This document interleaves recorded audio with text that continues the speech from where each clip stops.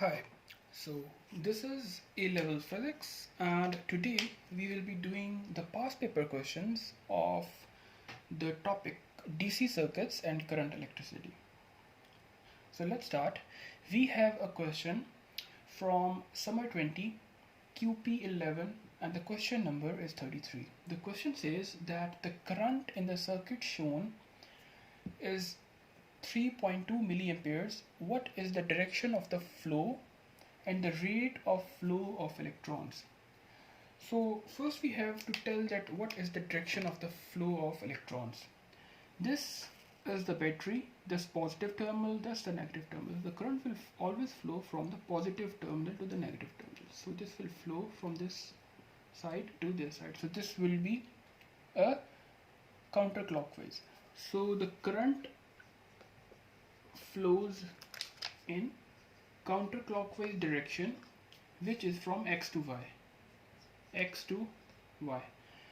But it is asked what is the direction of the electrons. The electrons always flow in the opposite direction to the current.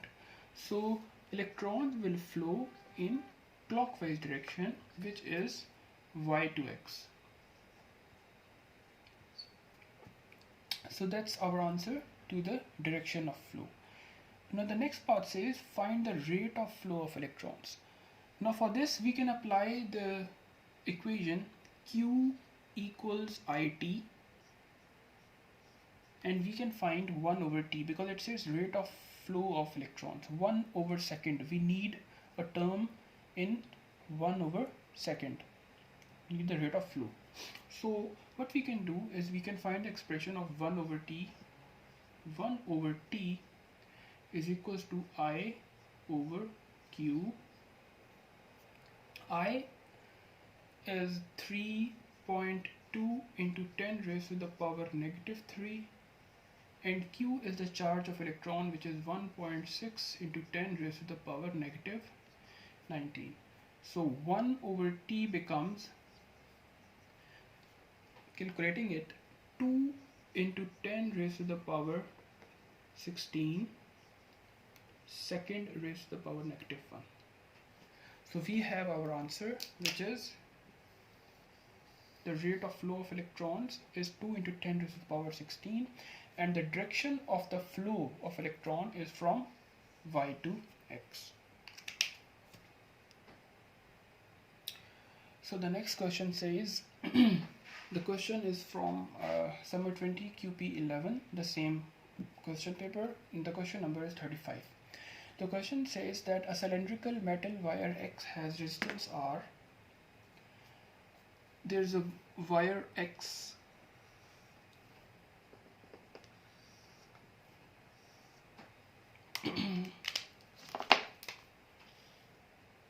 with length L and resistance is R. The same volume of the same metal is made into a cylindrical metal wire Y of double the length. Now another wire, if suppose this is the wire and this is the wire of double the length, it's 2L and the wire is Y. It says what is, we call this Rx. It says what is the resistance of wire Y. Now let's see how we can find the resistance of Y. Now let's write the formula. Resistance of X is equals to rho L over A. L over A X. And we know that volume is same for both. So volume for this would be area of X into L. So let's move into wire Y. So wire Y, we can write resistance of Y is resistivity, length is 2L. So 2L over AY. Now we know that the volume of wire Y would be AY into length, which is 2L. So we can write that AY can be written as volume divided by 2L. So we can write this Ry as resistivity 2L by volume divided by 2L. The 2L come up 2L, and this becomes Ry is equals to, now what we can do is we can write this V as AXL. So instead of V I can write AXL. I am writing AXL because I have to convert this expression into Rx. So I am writing V as AXL. So what we have over here is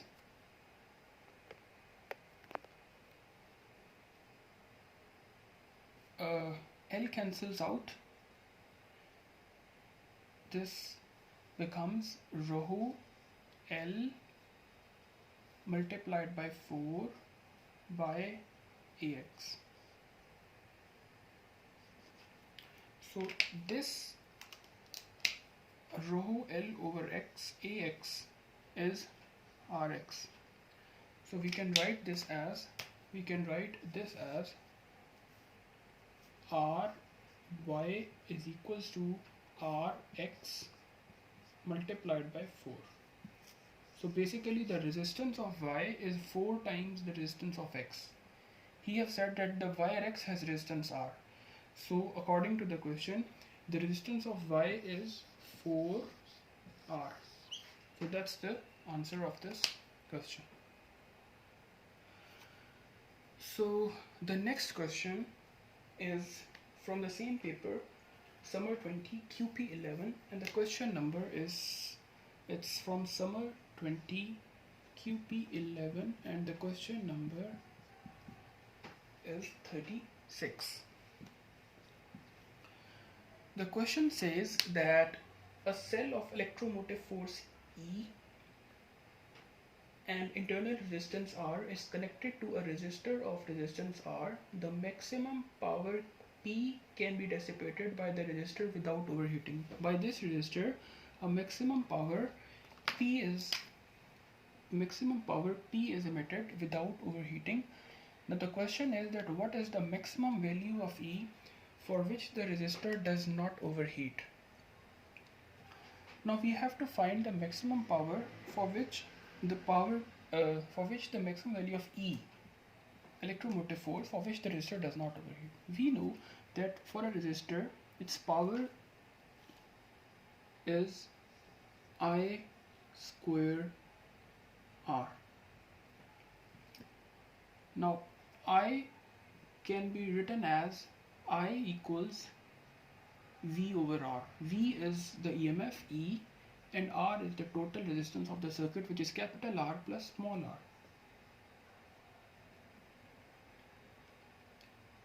So we can substitute this into this expression and this would become P equals E over R plus R whole square into R. Now we want to make this E the subject of this expression to get the maximum value of E. So what we can do is we can write E over R plus R equals P over R and take square root. We have taken the square root, the square cancels. So now let's make this E the subject. This E would become E equals R plus R square root of P over R.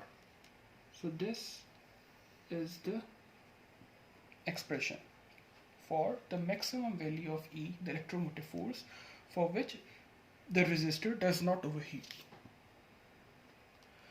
So this is another question from the same question paper. The question number is 38.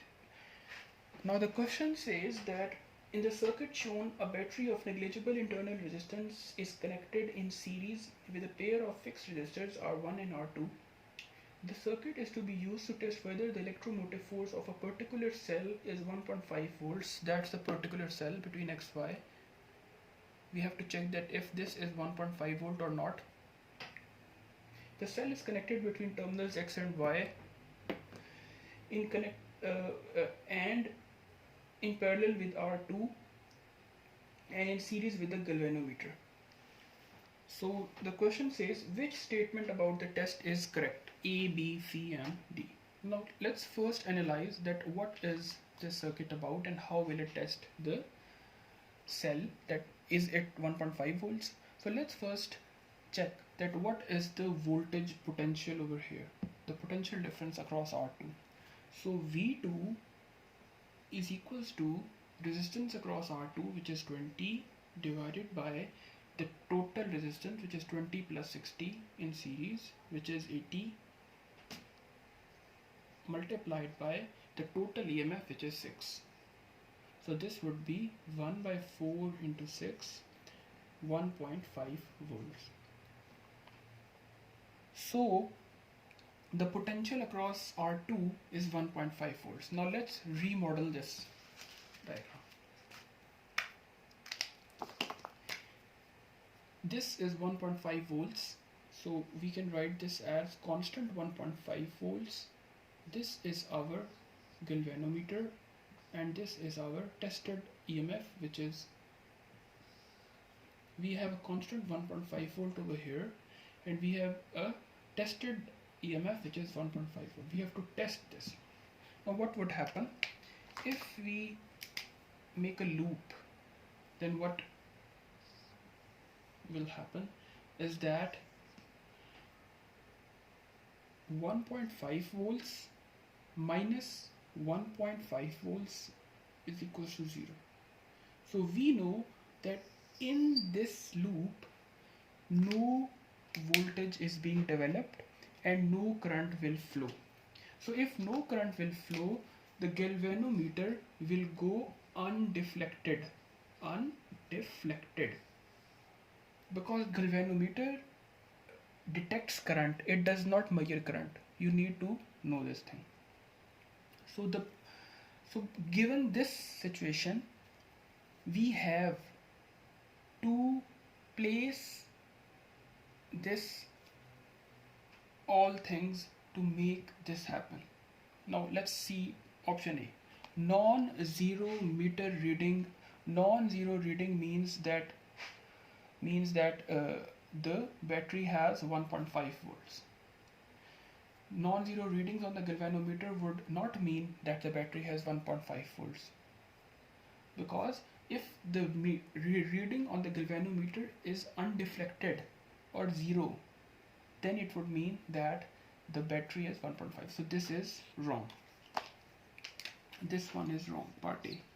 Part B says that the 6 volt battery is not necessary. If the 6 volt battery is not there, we would not have obtained 1.5 volt here. If it would have been 8 volts, then 8 volt divided by 4, 8 by 4 is 4 by 2. It would be 2 volts over here. If it would have been 2 volts over here, this would have been greater than 1.5. Then the deflection, there would have been a deflection. So we could not have tested this 1.5 volt. In order to make this test this 1.5 volt, we have to make an equal potential on the left hand side, which is 1.5 volt, which comes from 6 volts. So this is also wrong. Part C says cell can be inverted. This tested cell, which is connected across XY, can be inverted. If this is inverted, then this would become 1.5 plus 1.5 and this would become 3 volts. So there would be a net deflection on the galvanometer. If there would have been a net deflection on the galvanometer, we could not measure the value of the EMF to be tested. That's the whole thing in this setup, that the undeflection of the galvanometer is making us know that the tested cell is of 1.5 volts. So this is also wrong. So by nature, the only option we have is D. Let's see what D says. D says that galvanometer does not need a scale calibration. Yes, it does not need a scale calibration because it is undeflected. So if even it's not calibrated, that does not matter. And M meter, the instrument which measures current needs calibration, not galvanometer. Okay, so that's the answer to question number 38 of this paper, and that is it for today's questions. Thank you. Do like and subscribe my channel for more videos. Thank you.